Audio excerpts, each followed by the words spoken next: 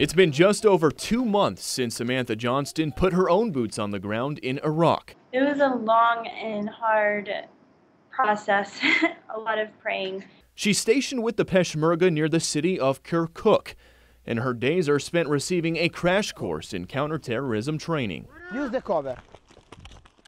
Every day we get up at 4 in the morning, we get in the Humvees, we go where we need to go.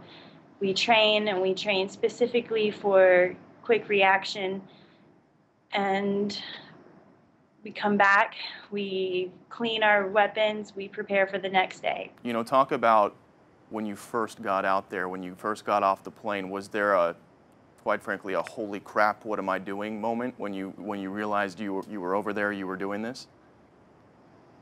That happened when during the transfer from the airport to the base that I was going to.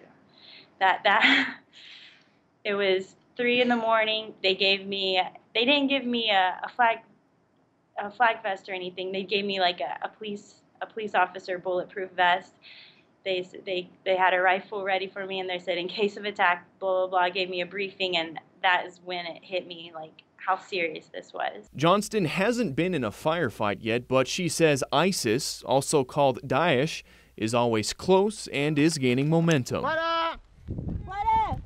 For a while there's no activity at all from Daesh, but now that Ramadi has been taken over and they have all the new weapons from the Iraqi army, it's like the calm before the storm. We were expecting it, and it's just we're just waiting.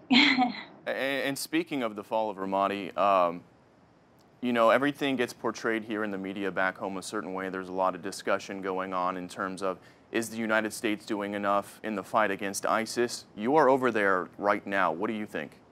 No, the United States is not doing enough whatsoever. What would you like to see done differently? An increase in airstrikes, boots on the ground?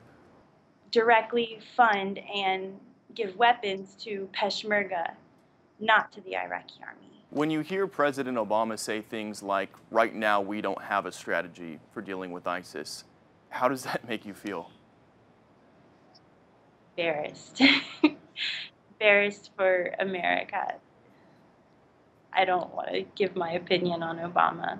Johnston says if the goal is to truly destroy ISIS, boots on the ground would give a major advantage. We're losing this fight, and we need the support from our government, America, from other Western countries. Another American, I'm sure you've heard, Keith Broomfield, just killed by ISIS. I mean, does that scare you to know that that could be you? It does not scare me, it angers me. Because an American came here risking his life to fight for Kurdistan and to fight for America. And America is not supporting this fight whatsoever. And the result of that, he lost his life. And like Broomfield, Johnston is willing to risk her own life to help the victims of ISIS ruthlessness, even if that means temporarily leaving her loved ones behind. A family member drove me to the airport, and she kept saying, I can stop, I can turn around, and I wanted her to, but at the same time, I knew this was something that was important to me, and I knew that I needed to come and help in any way. As far as you know, are you the only American woman over there right now? As far as I know, yes. How does that make you feel? I mean, I'm sure there's a lot of people who are going to have differing opinions on this. Some people will likely call you very brave. Some people are going to say, how could she leave her children behind to go do this? You know, what would your response be to both?